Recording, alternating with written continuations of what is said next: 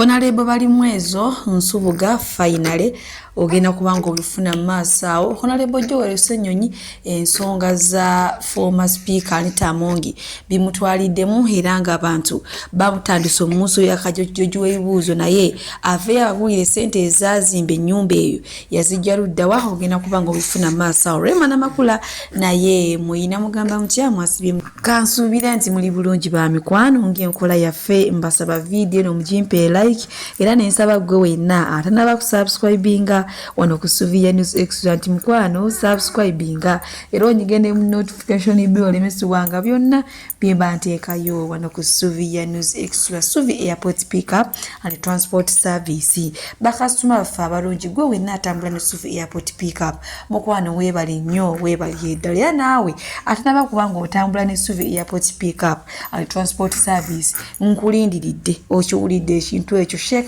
Sharafu Dembe musomi wa dduwa era nga kola ku nsonga z'amaka wekala kufuna butuuze bweru mukubireko agenda kubanga akulombereddwa munnange nkutandise ne maama w'abaana ono gola bavuddeyo ne yeekubira enduulu eri omusajja amwatuukiriza erinnya yamuzaalamu abaana bana naye munnange olwakoma okwali okunzaalamu gwegwali ogw'enku gwegw'amazzi taddangamu kumulabirira taddangamu kumuwa buyambi kati omukazi asobeddwa abaana bakuze badda ku ssomero school fees tayina na mulimu muyina maaso wano ng'ate akaba amaziga amayitirivu nyo nenga mumwe n'abasajja abazaala mu baana b'abandi ne mutabalabirira mukikomye bannayo kuba nebuuza neŋŋamba ddala mu abasajja batuzaalamu abaana naddala ffe boozaddemu omwana omu babiri basatu bana mazima ddala tuba twabakola ki ekituuka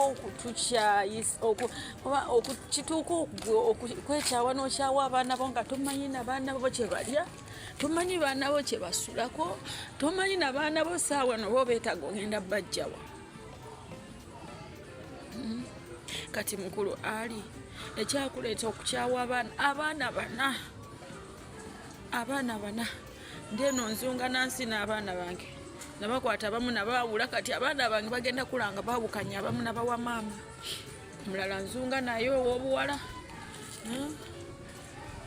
tomanyi mwana wo kyanywa kyalya naye nga gwotumya ekyemisana nekisala budde buli kimu okirya kyo maama yankubidde kuba nange talina kyakulya nangamba omwana wo agenda sulanja nomugamba maama katutenkanye nembaterako akakaaga nedda kiri too much nange ntuuka ekiseera nempulira nga nkooye maama amanyi okunkubira essimu nemugamba maama nkooye naye nga ate sisobola koowa abaana bange kitegeera bamaama bebumunanga abamu kubakaaba olunaku lukya ku makya nga asobeddwa ng'ekyokuliisa omwana amazima gali nti takiina kyokka nga taata yazaala oyo omwana yaali eri mukwano adigida n'ebimama naye ngaawe enkuzaako eno asheira gashumba ono avuddeyo n'ayogera ku bawagizi ba Arsenal nti mukwano bali bawagira kirabu yaabwe n'okusinga bapatana baabwe ate nga kyayogera kituufu katusooka olabeko ono katono ye mukwano yazinye nasinga n'abasambi ababadde mu kisaawe sooka omulabi ate tweyongere wama n'agaalira essanyu libadde lingi nnyo bannange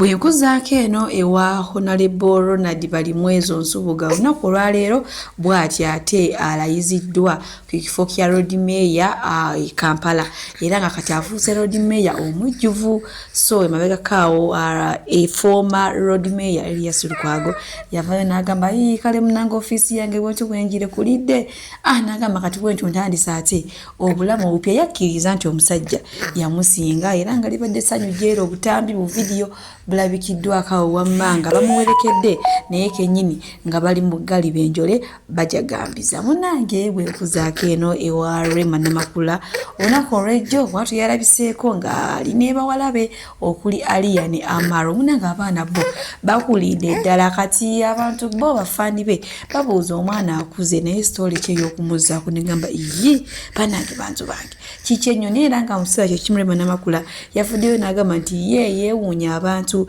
abatambuliza obulamu bwa social media avaayo n'akulaga ennyumba n'akulaga emmotoka n'akulaga ekitanda n'akulaga ennyumba ey'ebbeeyi naye nga munnange mu bya reality ng'ayinza okuba nga bamusuza bibadde bigambo bya Rema Namakula. Yongera okubajjukiza nti emiwendo gyo twagisaliddeko ddala nga woolabaawo ate nsiiba nki bagamba nti booking a Suvi airport pick up and transport service mukwano nze siseererako ddala. Oyagala kugenda mu kyalo, oyagala kukima mu kyalo, oyagala genda ku pate, oyagala genda ku birthday, oyagala kulya ku zizo, kiki oyagala okola, oyagala kunona ku kisaawe, oyagala kutwala ku kisaawe, booking a Suvi airport pick up and transport service. Ate badiyale wojja n'ongamba munnange ebyadala Suvi sente zo nazirabye naye ekyamazima siziwezaawo nja kusalirako oba okitegeera kati so gwe wenna atanaba ku booking a Suvi airport pick up and transport service ono ng'ojja n'akusalira nako olinze eki mukwano booking a Suvi tweyongere. Bwenkuzaako eno ewa Honorable Joel Ssenyonyi munnange ebyanita amongi byo bimuzaalidde akabasa era ng'abantu nabo batandise dda okumusoyasoya akajojjoji w'ebibuuzo nga bagamba nti ennyumba eno amaka gano g'ayina nti yakajja atandika okugenda mu byobufuzi. Ssente ezazimba amaka gano yazijja ludda wangenda kubanga mbatuusaako akatambi era nze kambasibulire wano omukama abampeere kyonna kyemusinga okwagala gwe wenna ayagala Suvi News Extra. Bye bye mbeere bulungi. Bisekezi nga tonnakubagana matama kwewa importance mu nsonga za Anita Amongo za buli bulanguzi lwaki tosooka n'onnyonnyola bannayuganda amaka g'osulamu n'engeri gye wagafunamu mu bbanga ettono nga wakayingira parliament. Anita Amongo nno ye buli kyabadde akola akikolera mu lwatu akatali kabbe. Ayita bannayuganda n'abakulembeze nti gano maka gange ngagguddewo tubuulire ennyumba yo gy'osulamu wayita ani era essente zisoba mu buwumbi ezagigula wazijjawa. Tulina be tugenda okukkiriza okwogera kwa Amongo si mmwe. Bisekezi muli babbi, mubbye ssente mu opposition, mubbye ssente mu gavumenti bwe mwerimbika mu kujjako Museveni.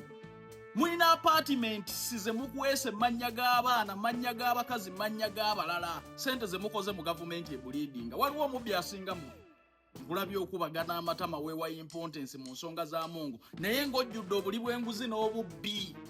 Tubuulire ye ennyumba wayitaani okugiyingira, tubuulire sooka onnyonnyola abantu ku makaago nti amaka gano ssente nazijja wano mu myezi obwezi emitono ennyo gye nali mu parliament nenfuna ennyumba eno ku ssente bweziti obuwumbi. Bisekezi temwewa importance. Bannayuganda bangi mu kibiina kya Nuupu be mubbyeko ssente mu bya kaadi n'ebirala. Musonzezza abantu ssente ne mutaziwa na accountability. Wano wakwata ku kisaawe ky'ennyonyi tetumanyi musango gye gwakomye.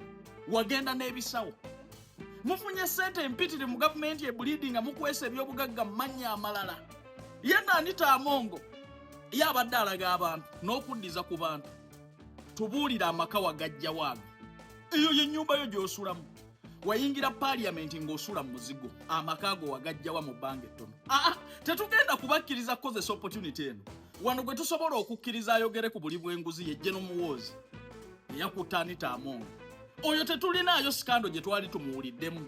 Naye gwe Bisekezi eyayingira parliament ng'oli mu muzigo. Olina amaka amativu na ga buwumbi. Mwagayingira mankwetu tewayita wadde omuntu owabulijjo temukkiriza wadde omuntu okugakuba ekifaananyi. Olina apartment simpitivu gwe wabijjawa mu gavumenti ebulidi. Wagajjawa mu gavumenti ennaku. Nammwe mubbye ssente za wa musolo olwaleero mwefudde akabasa importance mu nsonga z'omukazi. Anita Amongo abadde ali asuula ku mulyango akatali kabbe.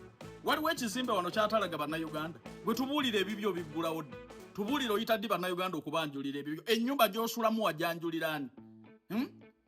Kirabe bwe kirigirute. Abalungi abatuwuliriza era abatulaba olunaku olwaleero tukyaddeko ewa Sheikh Ashraf Dembe.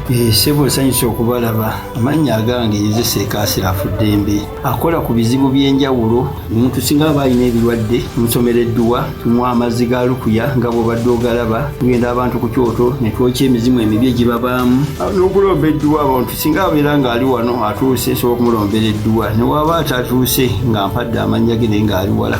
Neetaase enamba yange yeeno eri 0707363711. Nammwe bannyinaffe abali ebweru oyagala okuba nti oyagala okulombera ku dduwa ng'olina ebizibu, viza zibuze, amaka gakolongotana, sente zikola zimpita mu ngalo, ojja kumpeereza ekifaananyi kyo n'amannya go, ebyo byokka bijja kummala. Nja kukulombera edduwa, ojja kutereera. Olunaku olusembayo mu mwezi mba n'edduwa ey'awamu ffenna n'abalwadde bange abakadde n'abapya. Salaamu alaikum warahmatullahi wabarakatuh.